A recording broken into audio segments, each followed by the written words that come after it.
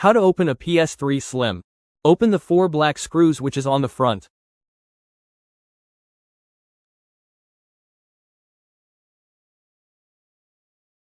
Now remove the screw plates. There would be 7 of them. Now remove all the screws.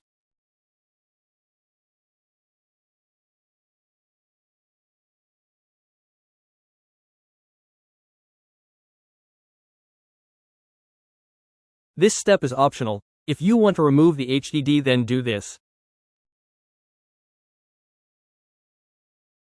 Now lift the upper plate from the back.